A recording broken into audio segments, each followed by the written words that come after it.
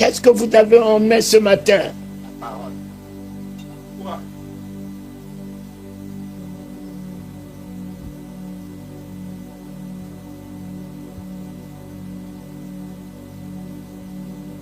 Mais il a donné. Ce nom de Jésus n'est pas resté dans le ciel. Il l'a donné aux hommes par lequel vous pouvez rendre tout salut. J'ai reçu le nom au-dessus de tous les noms. J'ai reçu le nom au-dessus de tous les noms, Jésus. J'ai reçu le nom au-dessus de tous les noms, Jésus. J'ai reçu le nom au-dessus de tous les noms, Jésus. J'ai reçu le nom au-dessus de tous les noms, Jésus. J'ai reçu le nom au-dessus de tous les noms, Jésus. J'ai reçu le nom au-dessus de tous les noms. J'ai reçu le nom au-dessus de tous les noms. J'ai reçu le nom au-dessus de tous les noms. J'ai reçu le nom au-dessus de tous les noms. Tout genou fléchira lorsque je parlerai de l'agneau. Amen. Covid tombera lorsque je parlerai de l'agneau. Satan tombera lorsque je parlerai de l'agneau. Cancer tombera lorsque je parlerai de l'agneau. L'enfer tombera lorsque je parlerai de l'agneau. J'ai reçu le nom au-dessus de tous les noms. J'ai reçu le nom au-dessus de tous les noms. J'ai reçu le nom au-dessus de tous les noms. J'ai reçu le nom au-dessus de tous les noms. Tout genou fléchira lorsque je parlerai de l'agneau. Tout genou fléchira lorsque je parlerai de l'agneau. Tout genou fléchira lorsque je parlerai de l'agneau. Tout genou fléchira lorsque je parlerai de l'agneau. Adorons Jésus, je parlerai de l'agneau. Sida tombera lorsque je parlerai de l'agneau. Cancer tombera lorsque je parlerai de l'agneau.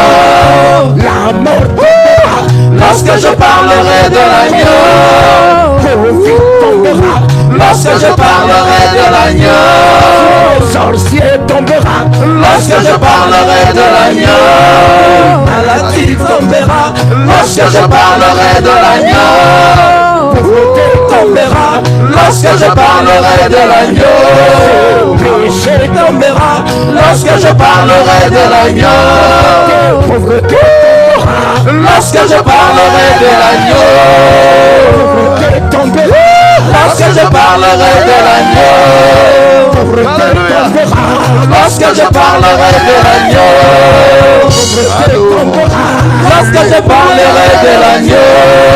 Pauvreté tombera lorsque je parlerai de l'agneau. La mort tombera lorsque je parlerai de l'agneau. Lorsque je parlerai de l'agneau. Tombera lorsque je parlerai de l'agneau.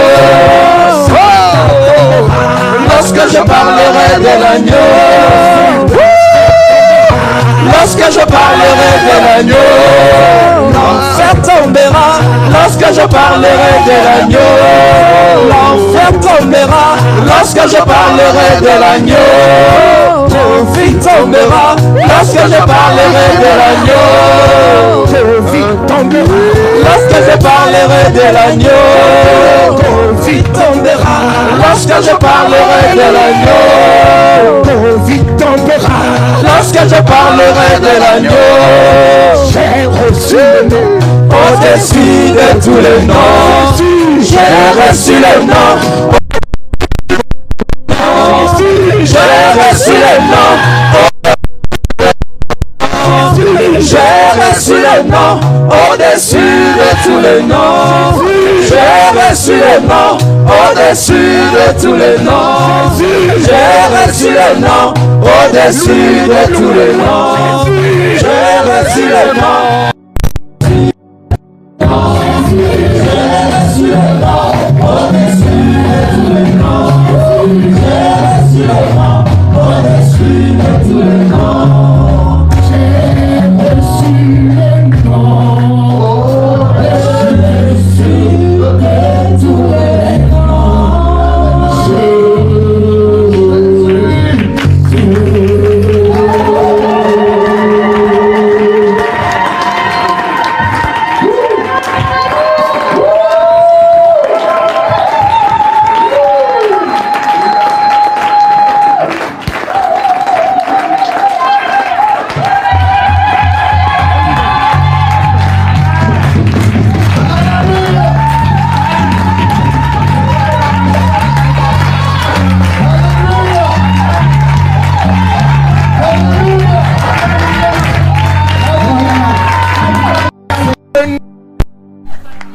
C'est ce nom, mes enfants, ce matin, qui a fait de vous des saints. Amen. Voilà la fête des saints. Amen. On l'a dit, saluez-vous. Les saints. Ce n'est pas la fête des saints. Amen. Avec le nom que vous avez ce matin, aucun péché ne peut demeurer dans ce nom. Aucune malédiction ne peut demeurer dans ce nom. Ce nom vous sanctifie. Ce nom vous guérit. Amen. Ce nom vous affranchit. Amen. Ce nom vous justifie. Amen. Ce nom fait de vous les héritiers du royaume. Amen. Tenez. Tenez ce nom. Tenez ce nom. Ce que j'ai. Ce que j'ai. Ce matin, ce que j'ai. En ce 1er novembre, ce que j'ai. Je terminerai l'année avec ce que j'ai. Amen. Je terminerai l'année avec ce que j'ai. Amen. J'assurerai la sécurité de ma famille avec ce que j'ai. Amen. Ainsi soit-il.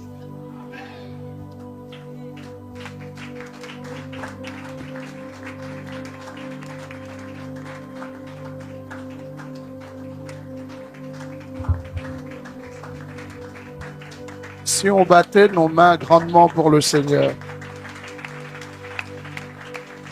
Alléluia. En recevant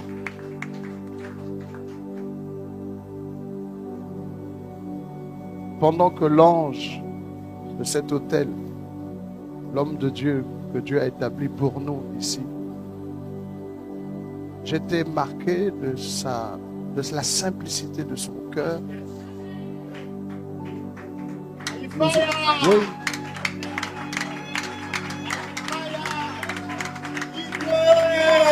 Parce que nous savons qu'il est dit 7 fois dans le livre de l'Apocalypse, dit à l'ange de l'église de,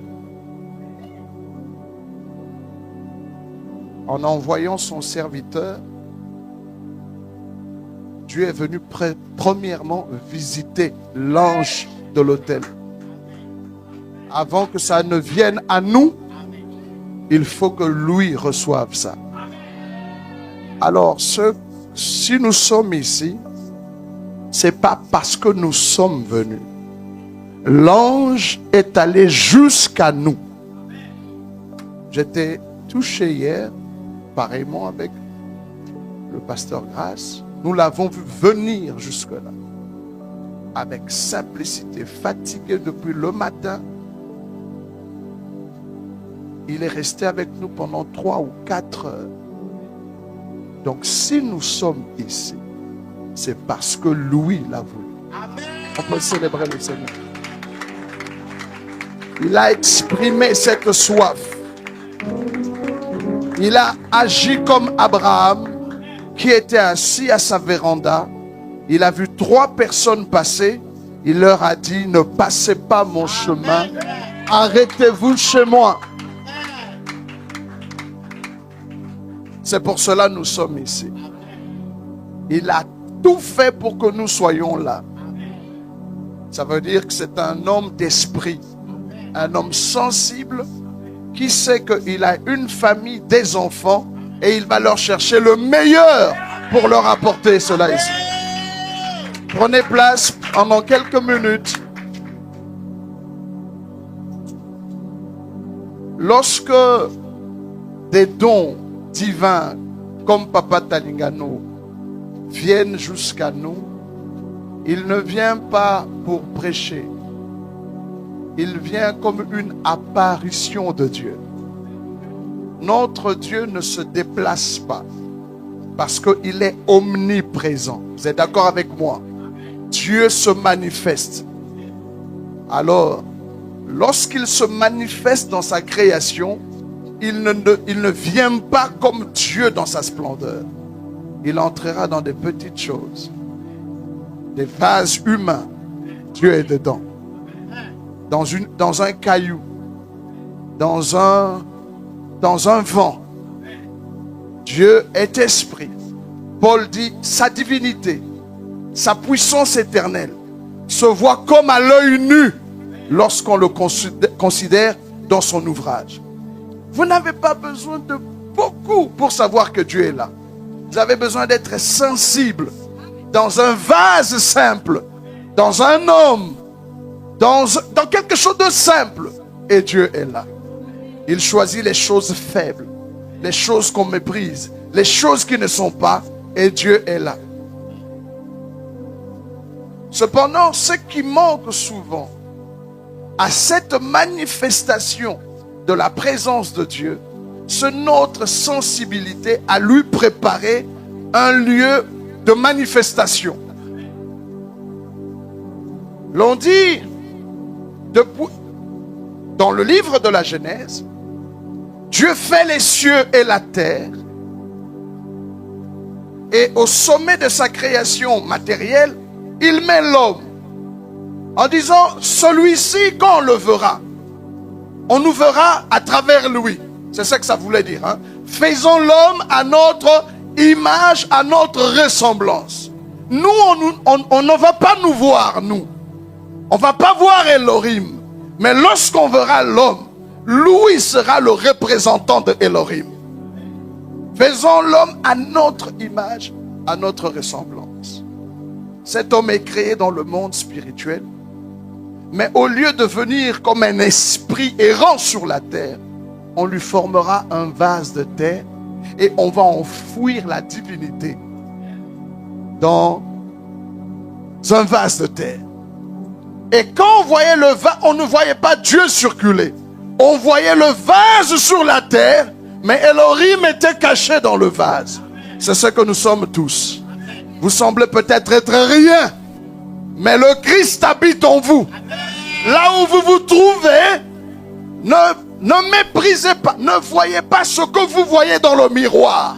Ce que vous voyez dans le miroir physique, ce n'est pas vous. C'est ce que vous verrez dans le miroir de la parole. Ce qui est écrit au sujet de vous dedans, c'est ce que nous sommes en réalité. Après avoir formé Adam, Dieu le placera dans un jardin qu'on appelle Éden. Et le mot Éden veut dire délice. L'intention de Dieu, après vous avoir formé, c'est toujours vous placer dans des délices. L'idée de Dieu, parce que c'est un Dieu, un faiseur de beau, la pensée de Dieu, c'est toujours vous placer dans des délices. Le Seigneur prend plaisir à vous rencontrer à un endroit où vous ne pleurez pas. Le Seigneur toujours prépare pour nous une place dans laquelle nous pouvons jouir de la divinité. C'est toujours sa pensée. Malheureusement, nous connaissons l'histoire. Adam et Ève sont sortis du jardin d'Éden parce qu'ils n'avaient pas compris ce qu'ils étaient.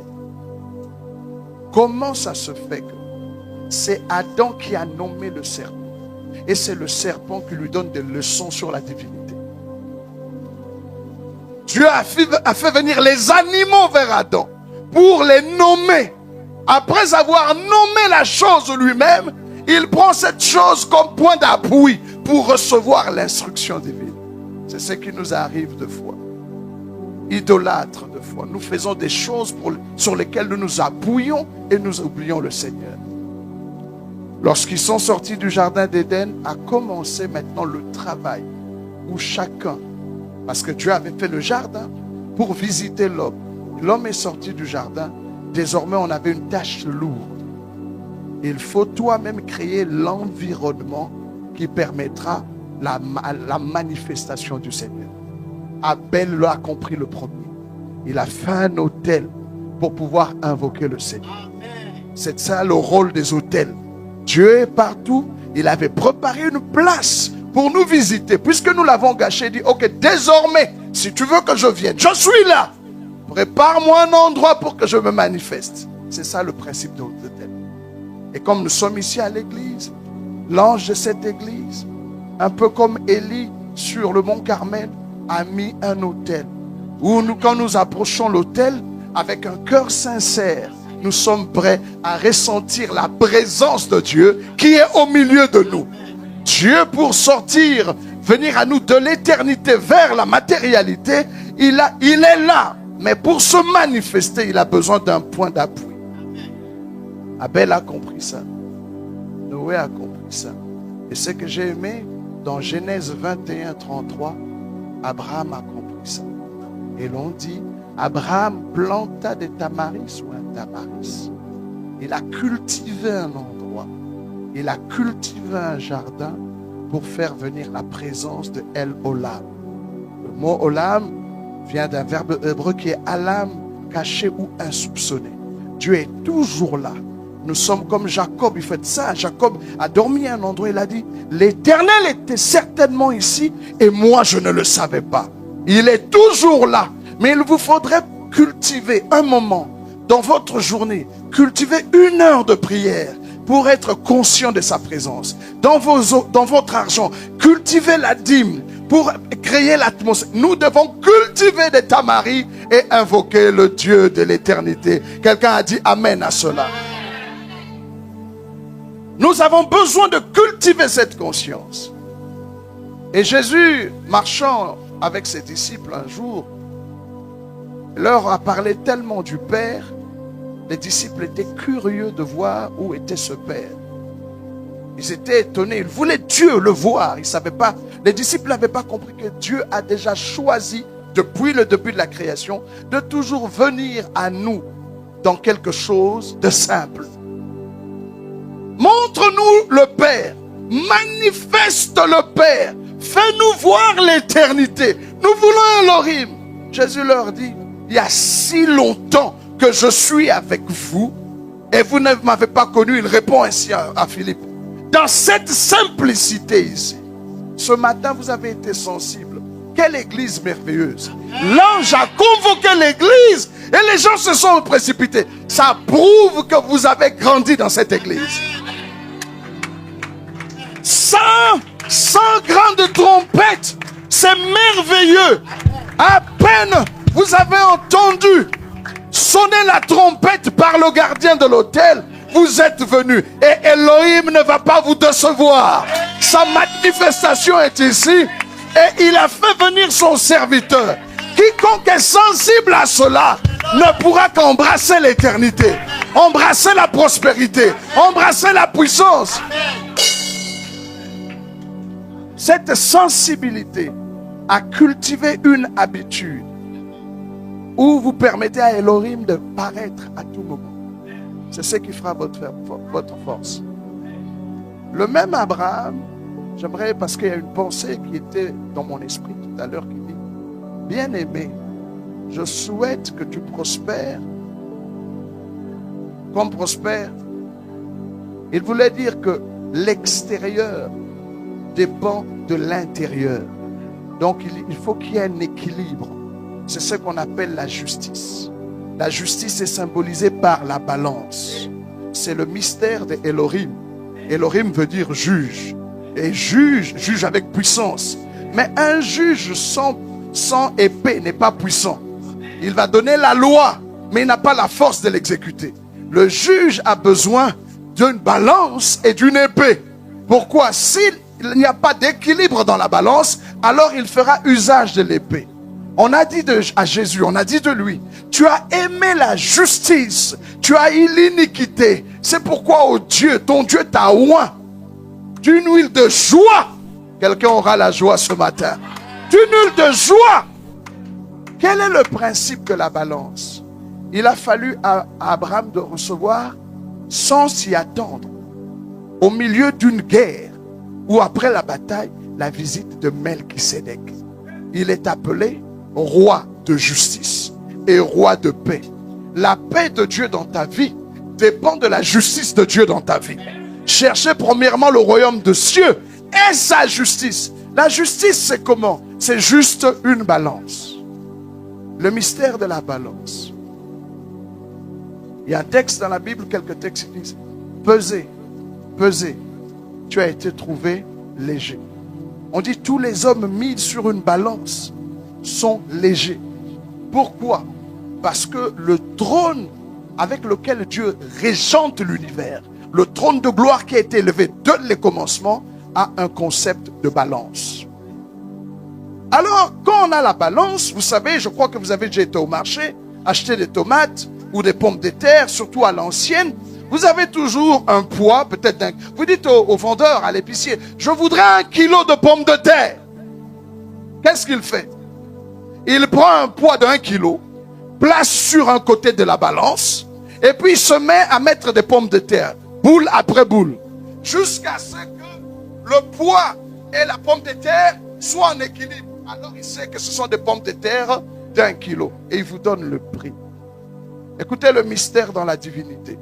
Dans la divinité, il y a cette balance. Quand vous mettez Dieu le Père d'un côté, et vous mettez le Christ d'un côté, la Bible enseigne que c'est en équilibre. On dit de Jésus, il n'a pas regardé son égalité avec Dieu. Quand vous mettez le Père d'un côté, le Fils d'un côté, il y a toujours un équilibre. Et le Christ s'est dépouillé de cette gloire. Il est venu jusqu'à nous. Et l'intention de Dieu est celle-ci. Faisons l'homme à notre image, à notre ressemblance. Si on ne comprend pas ça dans Genèse, Romains explique mieux. Ce qu'il a prédestiné, ce qu'il a connu d'avance, il est déjà prédestiné à être semblable à l'image de son Fils. Qu'est-ce que veut dire l'image de son Fils? Avoir le même poids de gloire que son Fils. Qu'ils aient les mêmes vertus que son Fils.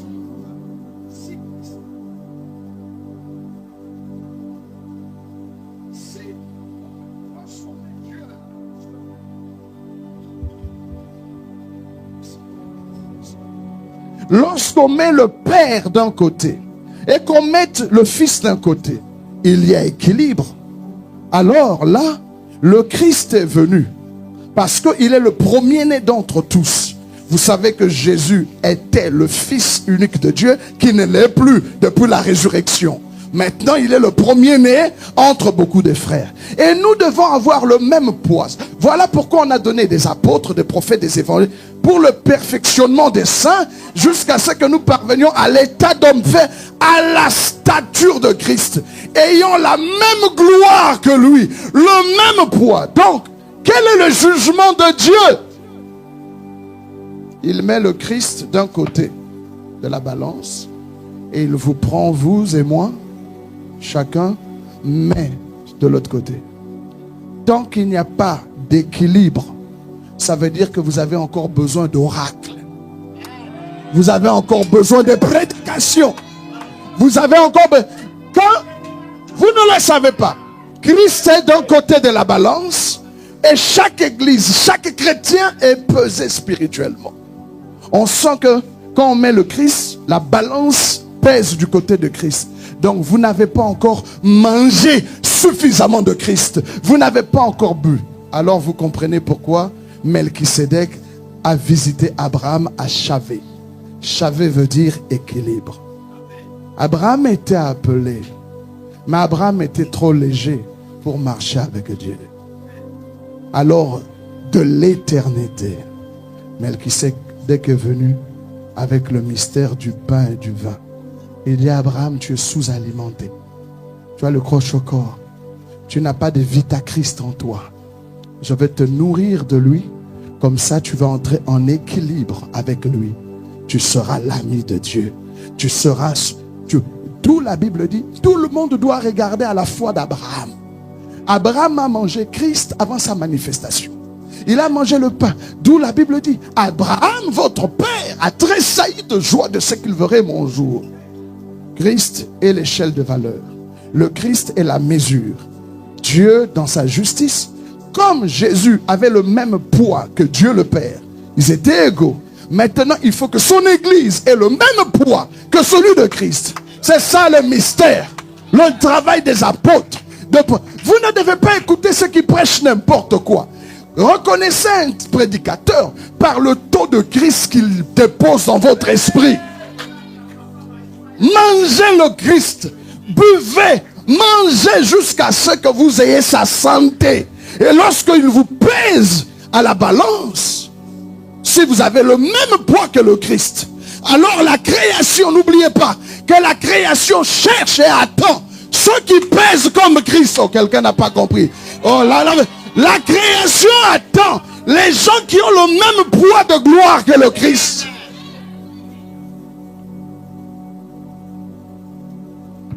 Alors, il arrive que vous passiez sous beaucoup de régimes alimentaires. Un apôtre vient avec une portion, prophète vient avec une portion, évangéliste vient avec une portion. Mais quand vous avez un traiteur à la trempe de Papa Talingano, quand il entre là, il accélère le processus de maturation.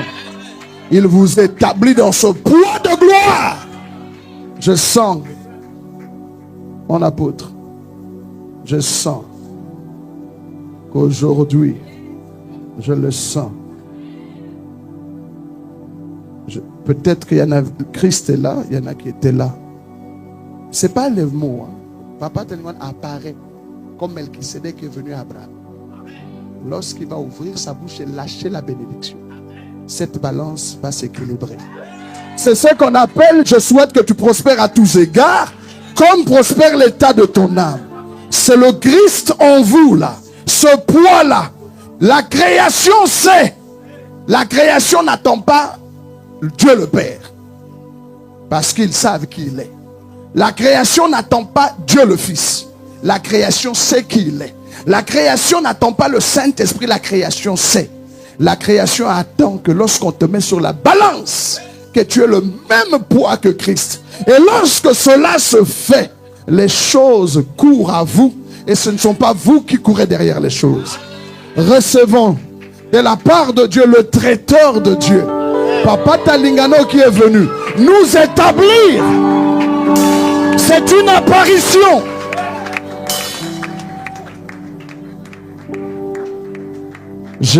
Jésus-Christ est Seigneur.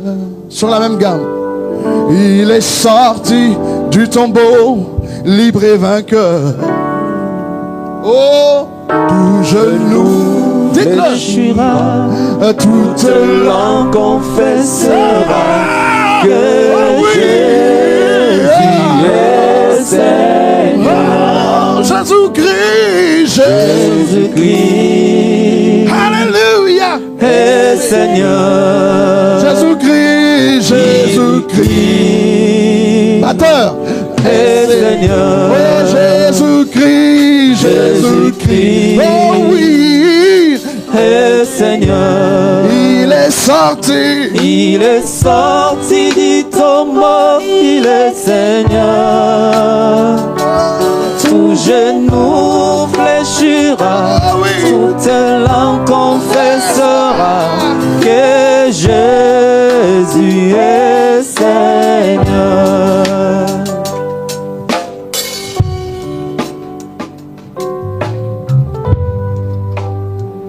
J'ai parcouru le monde. Je me suis rendu compte que il y a une louange que personne n'a pu changer. J'ai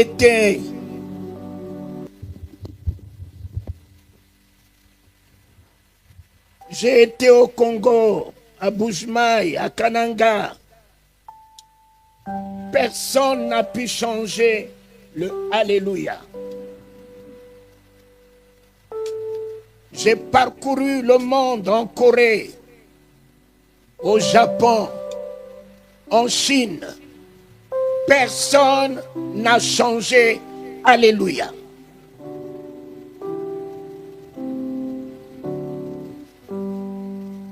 Personne. Il m'a fait la grâce en 86 à Kinsuka, lorsque je me suis retiré pour pouvoir le rencontrer et avoir son aval pour démissionner de mon travail. Je l'ai rencontré. Mais là-bas dans le ciel, j'ai entendu le Alléluia.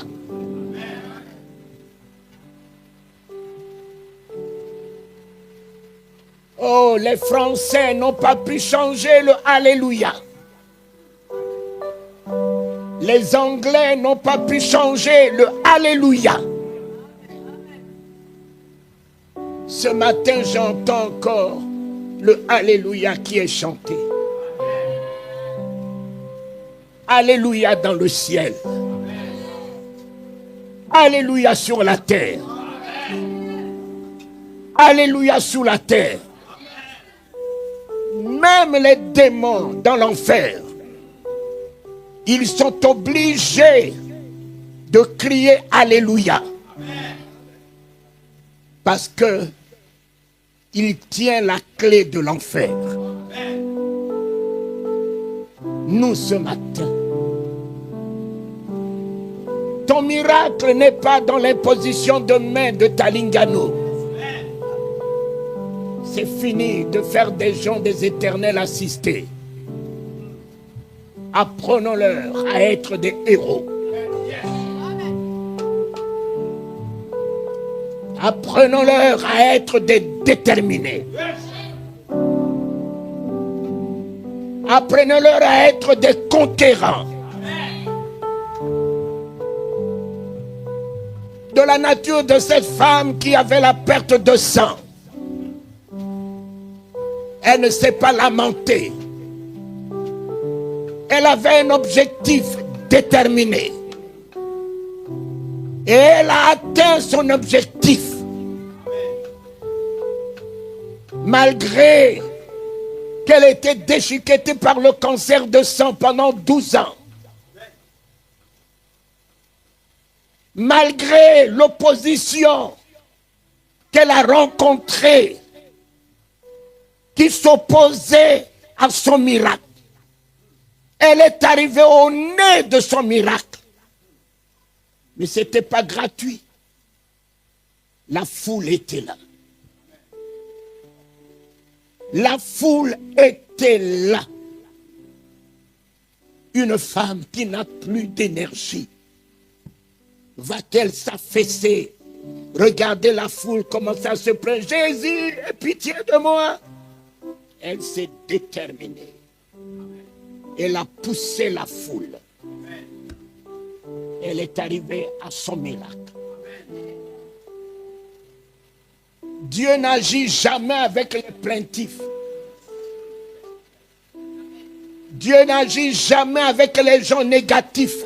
Amen. N'amenez pas Jésus à dire, Seigneur, vois ma situation, vois mes difficultés, vois mes problèmes. Il n'a jamais des yeux pour voir les problèmes. Il n'a jamais des yeux pour voir ta maladie. La seule chose que Dieu veut voir ce matin, j'ai vu ta foi. J'ai vu ta foi. Et quand il voit la foi,